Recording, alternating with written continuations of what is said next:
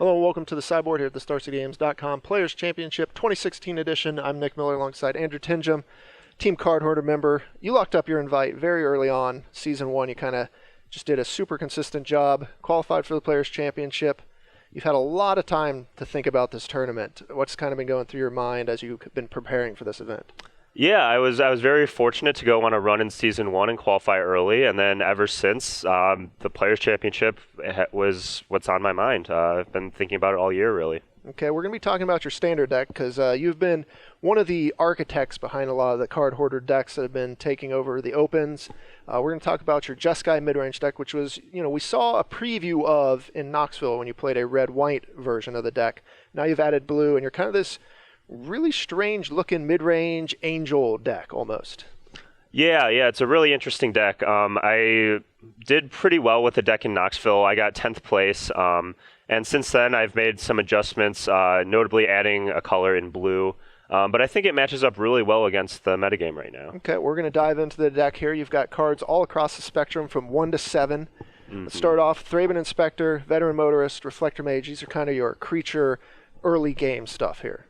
Yeah, some people have described this deck as a mixture of blue-white flash and red-white vehicles, which is somewhat accurate. But yeah, these creatures are just great early game plays. Veteran Motorist is especially good in this deck because of its scry ability, which helps me filter through my more clunky draws and helps me hit land drops and such. And then also, of course, it goes well with the vehicles, which we'll see later. Okay.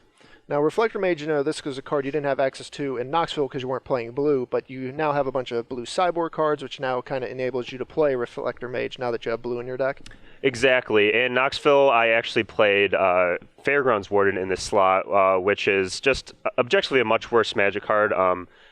So now that I'm playing blue, I get a nice upgrade to Reflector Mage, which we all know the power of how good Reflector Mage is. Continue on here, looking at the rest of your cards. Now, this is kind of where your mid-range, late-game stuff happens. Thalia's Lancer, we saw this package very early on in the format, but now you get to bring it here in this deck. Bruna and Gisela, late-game combo here. Yeah, I think this is the core that I think holds the deck together. I make Bracella almost in half my games, I would say, and that's really helped out by Thalia's Lancers especially, which can tutor either of these cards. And the other thing that helps make the combo is Nahiri, which we'll see in a couple slides. And it has a lot of utility of being able to discard Giselle early with either the Nahiri or the Smuggler's Copter. And then later in the game, I can tutor up a Bruna with Thalia's Lancers and make a Bracella on the spot. So that's pretty powerful. Not a lot of decks being able to beat Bracella. So continue on here, look at your vehicles. This is kind of your vehicle hybrid package. Smuggler's Copter is just one of the best cards in the format, and the Sky Shift here as well, which is tutorable with the Thalia's Lancer. Yep, Smuggler's Copter is obviously just a very powerful card, and it plays an important role in this deck of being able to filter through my more clunky draws as well as attack planeswalkers, because I'm not quite as aggressive as the blue-white flash or the red-white vehicles decks. And then Sky Sovereign, just one of the most powerful cards in certain matchups, such as blue-white flash. And like you mentioned, it's tutorable by Thalia's Lancers, so that's a really cool interaction. And of course, we're a white deck, so we're playing Gideon, one of the best cards in the format, one of the best planeswalkers if you talk to some people of all time. So. Yep, not much needs to be said about Gideon. It's just one of the best cards in the format. All right, so we'll continue on here. This is kind of your removal package and your planeswalker package here with Nahiri, Stasis Snare, and Harness Lightning. You have a lot of answers to most problems and permanents. Yep, I mentioned Nahiri a little bit before and its synergies with the Angel package, but it's also very good at killing problematic permanents, not only creatures, but also things like Stasis Snare, and sometimes even Aetherworks Marvel if it's tapped. And then Stasis Snare and Harness Lightning, of course, I need some removal spells, and I think these are the best ones in these colors. Okay, we'll take a look at the mana here. You're a 3-color deck. You get to play all the fast lands between Spirebluff Canals and Inspiring Vantage, then your dual land here, Prayer Stream. Your mana looks very good in this deck. Yep, the mana is very smooth for a 3-color deck, and I think it just has a good mix of lands that come into play untapped early, such as the fast lands, and also lands that come into play untapped later, such as Prairie Stream. Then we'll get to see Evolving Wilds and your basic lands, forest, plains, or mountains, plains, and 1 island here with your Evolving Wilds. Yeah. We'll move into the sideboard because this is kind of what the blue splash was all about originally. Ceremonious Rejection, the top card here.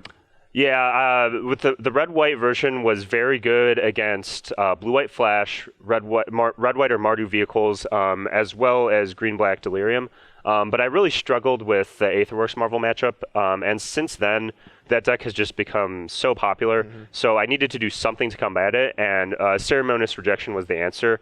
It's just so powerful having a 1-mana counterspell for not only the card Aetherworks Marvel, but also things like Emrakul. Yeah.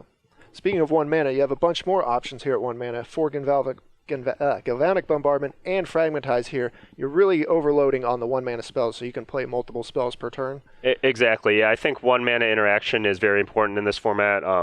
Galvanic Bombardment is excellent against this smaller creature decks, such as Mardu vehicles.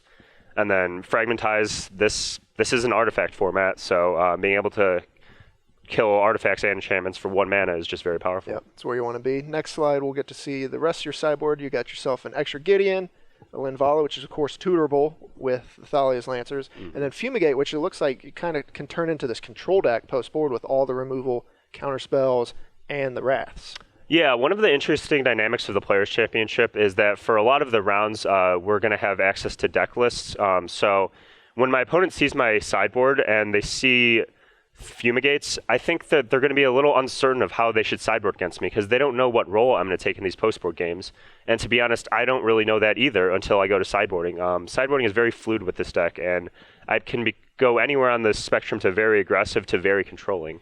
And Fumigate is also a concession to Ishkana, which is one of the most powerful cards in the format, and honestly, there's not a lot of great answers to it outside of Fumigate in the format. Yeah, and that's one thing Brad Nelson mentioned, a veteran of the Players' Championship. He said, when deck lists are public throughout the entire tournament, you really can kind of tune your deck to make people have to make decisions when boarding, when trying to play around all the cards. By just having the presence of Fumigate in your deck, you put the pressure on them. How do they need to sideboard? Exactly, yeah. This is not the type of deck that you can just use a sideboarding guide to sideboard with. There's just a lot of fluid decisions. I bring in Fumigate in pretty much every matchup sometimes, but I also don't bring it in every matchup. A lot of times it just depends on how I think they're going to sideboard and how aggressive they're being. 60% of the time it works every time. Exactly. All right, so what do you think the format's going to look like for the Players' Championship in the standard metagame? I actually expected a good mix of everything between Mardu vehicles, blue-white flash, Aetherworks Marvel, and green-black Delirium. But I actually think that in this field, people are going to shy away from Aetherworks Marvel more than normal. Aetherworks Marvel is probably the most popular deck outside this field, but I think in this field, people don't want to be the deck with the target on its head. Mm-hmm. And furthermore, they like playing more interactive decks that get to make more decisions when the game goes long, and Aetherworks Marvel is not really that type of deck. So I would think that there's going to be a little more blue-white flash and green-black Delirium than normal. All right, well, your deck looks awesome. Tomorrow, Saturday, Sunday, we'll get to see if your predictions are correct. So for Andrew Tenjum, Nick Miller here in the Sideboard, stay tuned to StarCityGames.com all weekend long for the action here in Roanoke.